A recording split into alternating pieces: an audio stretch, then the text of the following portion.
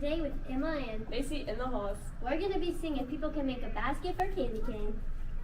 Hey! Hi, what is your name? Marla Cottrell. You get 2 shots to make the basketball in the hoop, and you get a candy cane. First try! Thank you. What is your name and grade? I'm Nick and I'm in 9th grade. Okay, you get 2 shots to make this in the basket, and you get a candy cane. Oh, shoot, first shot. Name and grade. Javen, Junior. Okay, you get 2 shots to make this basketball in the hoop, and you get a candy cane. Oh, candy cane. I'm missing this. I got a puffer on. I'm underhanded. Oh, granny, no, do it again. Normal. Do it again. That counts. Darn it. What is your name and grade? Ethan Grimm, 10th grade. Okay, you get to shoot the basketball in the hoop, and if you make it, you get a candy cane. Okay, you can get another try. Why? Oh! Wait, Isaac, come on. Yeah, Isaac, your turn. How are you at it? Oh! Wait. What's your name and grade? Isaac Stevens, 10th grade. You get candy cane. What is your name and grade? Alex, and I'm in 9th grade. Okay, you get 2 shots to make the basketball in the hoop, and you get a candy cane. Okay. From here? Oh, you play basketball. Oh, that's bad. What is your name and grade? My name is Isaac King, and I'm a freshman. Okay, you get 2 shots to make the basketball in the hoop, and you get a candy cane. Yeah, that's good. Oh! He said he wasn't. Okay. Again? You want to go again? You don't get another candy cane, though. Oh! What is your name and grade? I'm Malachi Hart, and I'm in 11th grade. Okay, you get 2 shots to make the basketball in the hoop, and you get a candy cane. How far back? That's fine. Not there. okay. Oh. That's embarrassing. Hey! What's your name and grade? Corson Rollins. I'm in 11th. Okay, you get 2 shots to make this into the hoop, and you get a candy cane. If you make it. Like, right there. Oh, That's bad. Hey! Here you go.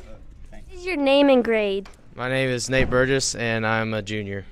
Okay, if you shoot the basket, you get 2 chances to shoot the basketball in the hoop, and if you do, you get a candy cane. All right. Okay. Yeah. Oh, that was fun. Oh! That was bad.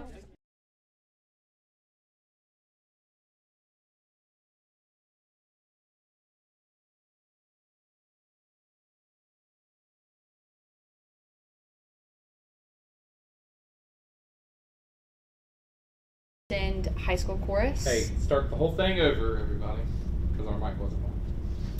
Introduce her again. Okay. I'm Grayson Steen. It's live TV. And I'm Leah Eddy. And this is, Olivia Grigsby. and we're going to be interviewing her on her recent selection of All-American Choir. What is All-American D-Day Chorus? It's an auditioned high school chorus from kids all over the country, and it's for D-Day, and we go to Washington, D.C. and sing the World War II ceremony, and then we fly to Paris, and then drive to Normandy, and we sing on Omaha Beach for the D-Day ceremony there, and after the D-Day parade, and then we go back to Paris, and we go to a bunch of different museums there, and just tour it, and yeah. What is the audition process like? I was selected by Ethan Bartlett to audition, and the first stage of auditioning is just written. So I said my accomplishments, who I am, just grabbed a little bit about myself, and then they cut back the people from there, and then I made it to the next audition stage, which is actually submitting a video, an audition video, and I picked I See Light from Tangled, and that's what I sung, and I submitted it, and then I was accepted. Are you excited, nervous, and looking forward to it? I'm really excited. This is my first time flying too, and I get to go to Paris and tour there and see the Eiffel Tower, so that's very exciting. I'm nervous about the performances because it is a big deal to sing in front of all these people. The Secretary of Defense might be there in Washington, D.C., which is crazy to even think about. So I'm pretty nervous for the performances, but I know after all the practice and stuff I put in, it'll be worth it. Who has encouraged you or inspired you to go for this opportunity? Ethan Bartlett, the choir director here at Point Pleasant, definitely has. I mean, he's the one who picked me for this opportunity, and he helped me with the audition process. And I've been in choir since I was in 7th grade here with Ethan, so he definitely has guided me through my whole experience. And he's such a great choir director, and he's definitely taught me a lot. And even with All-State Choir and this opportunity, he's just always been supporting me. How has singing impacted your life? I have always been very interested in singing from an early age. I used to make my parents watch me sing very terribly in the living room for hours on end. And then I started playing piano when I was around 12, I'd say, and I recently picked up a guitar. So music has always been a part of my life, and even on Spotify, I had like 111,000 minutes of singing, which is 77 days. So I'm listening to music every single day, no matter what type of music it is, and always, it just connects to people. And I don't think a lot of people realize that singing and music is just a part of everybody's life, and it can always make you feel something and just transport you into somewhere else you're not. And how can the community support you on this big trip? The trip is like $5,000, so we have a way to donate to it. It's on my Facebook, on my parents' Facebook. We're also sending out letters to different American Legions and VFWs around the country just to help support me on this trip. And the price covers the plane, the tour, all of this stuff, all the drives. The only thing it doesn't cover is like tips for the bus drivers. So it covers everything, and I wouldn't have to worry about anything on the trip besides my own personal expenses. So that would help out a lot, and just spreading the word. I mean, $5,000 is a lot of money, but I think we can fundraise and be able to go. So Thank you very much. thank you. I'm Leela. And this year, Marshall University released their Fall 2025 President's List. To be eligible for the list, you have to have a 4.0 GPA and 12 credit hours. Many of our high school dual enrollment students made this list, like Gavin Barnett, Bailey Clark, Olivia Grigsby, Sydney Hersman, Aaliyah Peck, Lindy Taylor, Cameron Watson, and Abigail Woodall. Big congratulations. I'm Cooper. I'm Jairus. I'm Olivia. And today we're having a discussion about if prison should be more focused on rehabilitation or punishment. And we started this discussion the other day in class, and we just thought it'd be fun to have something more serious on the show. So here we are. I guess I'll start off. The other day I was talking about it, and we were talking about rehabilitation versus punishment. And basically my take on it is that prison should be more separated. So more serious crimes, people who have life sentences or the death penalty should be separated to a different prison, and that should be more focused towards punishment, because obviously with if the death penalty is a thing there, or if they have life in prison, it's not really going to do much for rehabilitating them. But then there should be other separations for people who did lesser crimes. Like, I don't know, maybe think about if somebody was like, 14 and they had to steal something because they needed to survive. That should definitely be more rehabilitation, because when they get out of prison, they need to have opportunities so they don't go back into those habits. I think I like what you said, but I'm going to expand on that. Do you think that if somebody like killed somebody when they were 14, they should be more focused on rehabilitation, or should they just be like, your life is over? I think so, because you're young and you're impressionable and you grow up around people. You grow up and see things, and you are easily swayed by the people you are surrounded by. So if I'm 14 years old and I live in an urban city ghetto and I see people kill other people, I'm gonna be persuaded to do something like that too. So I think that they need to have their mind molded. So in that instance, it should be focused on rehabilitation. Yeah. I think so. I mean, just like that, yeah. Your brain isn't really fully developed until you're like 25. So if a 14-year-old has grown up with violence around them their whole life, and then they end up taking a life, I mean, that's a very serious thing. They should get serious punishment for it. But during their time in prison, they should be focused on teaching them how to get out of those habits, how to get out of that mindset, and even like prisons like they offer how to get your GED and stuff like in college classes, but some of them don't.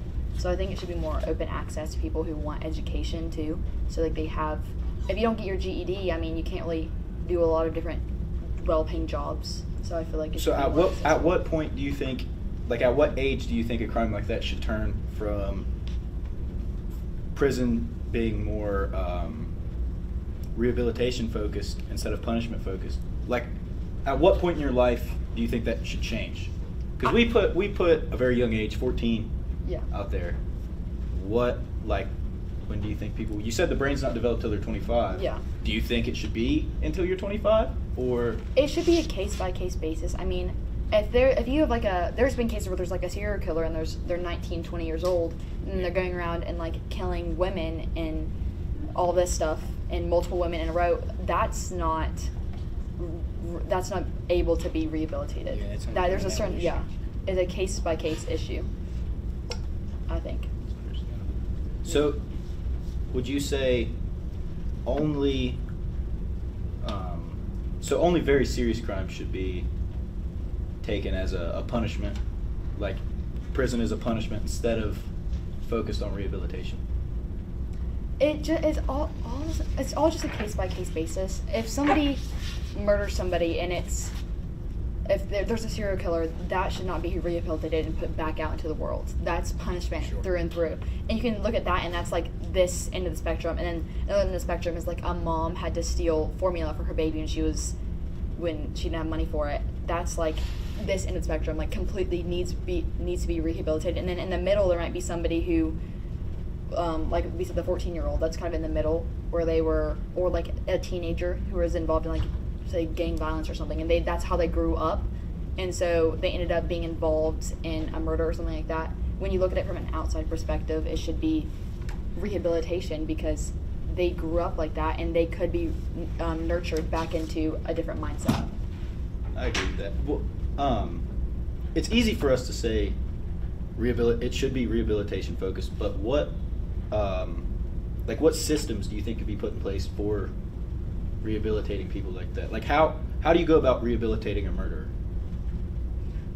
Do you want to go first? I feel like I'm talking. Because I agree with you. I don't understand. I don't have anything to say because everything you're saying, I agree with it.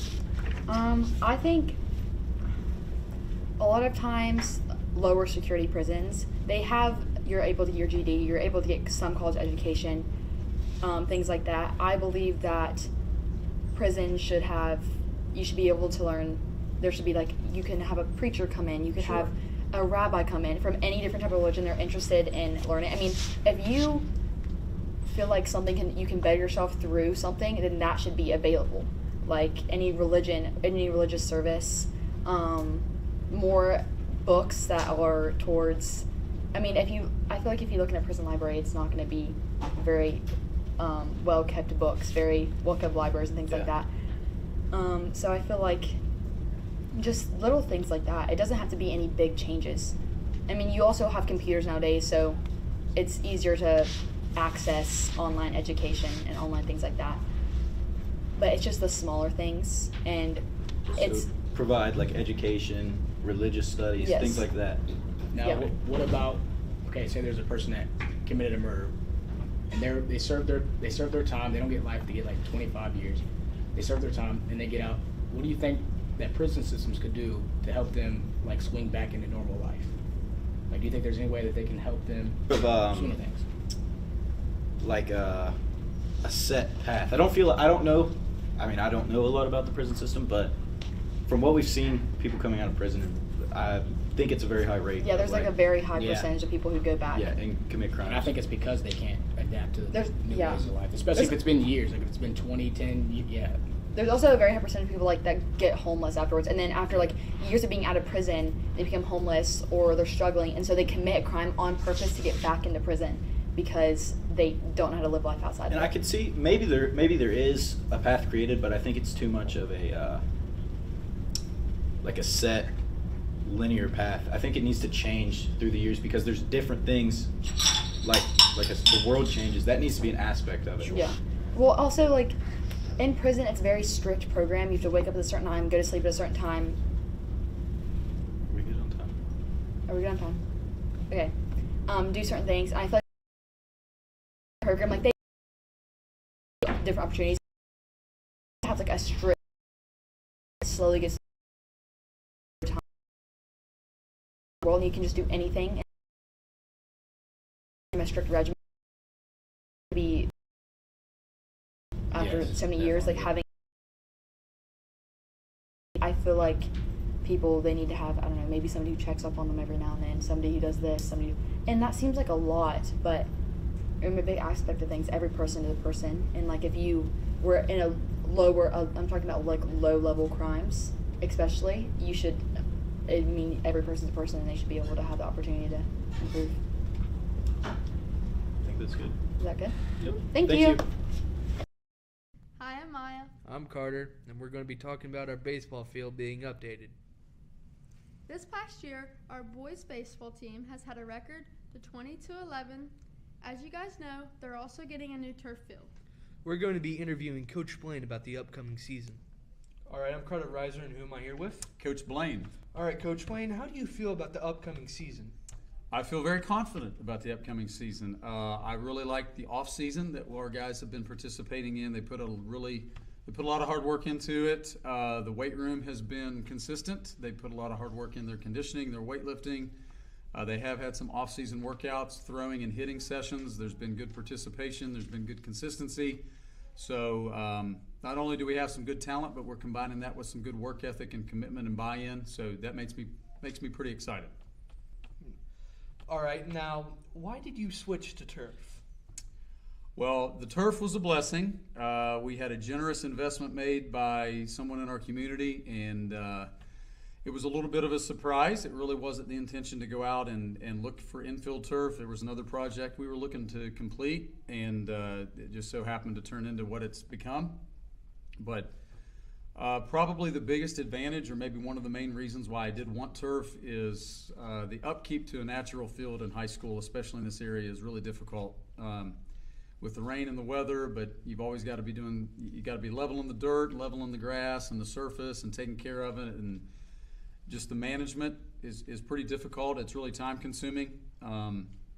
So with turf, there's a whole lot less field maintenance and a lot less upkeep. There is some stuff you still have to do to maintain the integrity and the life of the turf, but that will save us a whole lot of time and effort from field maintenance and work, and we can focus more on practice and skill-related activities as opposed to taking care of taking care of dirt. So we're excited about that, and I know the players are too.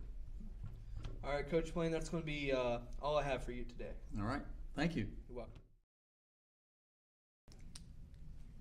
Only 5 MLB teams actually used artificial turf out of the 30th stadiums this past year.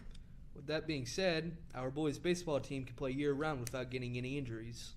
Thank you for watching our baseball field update.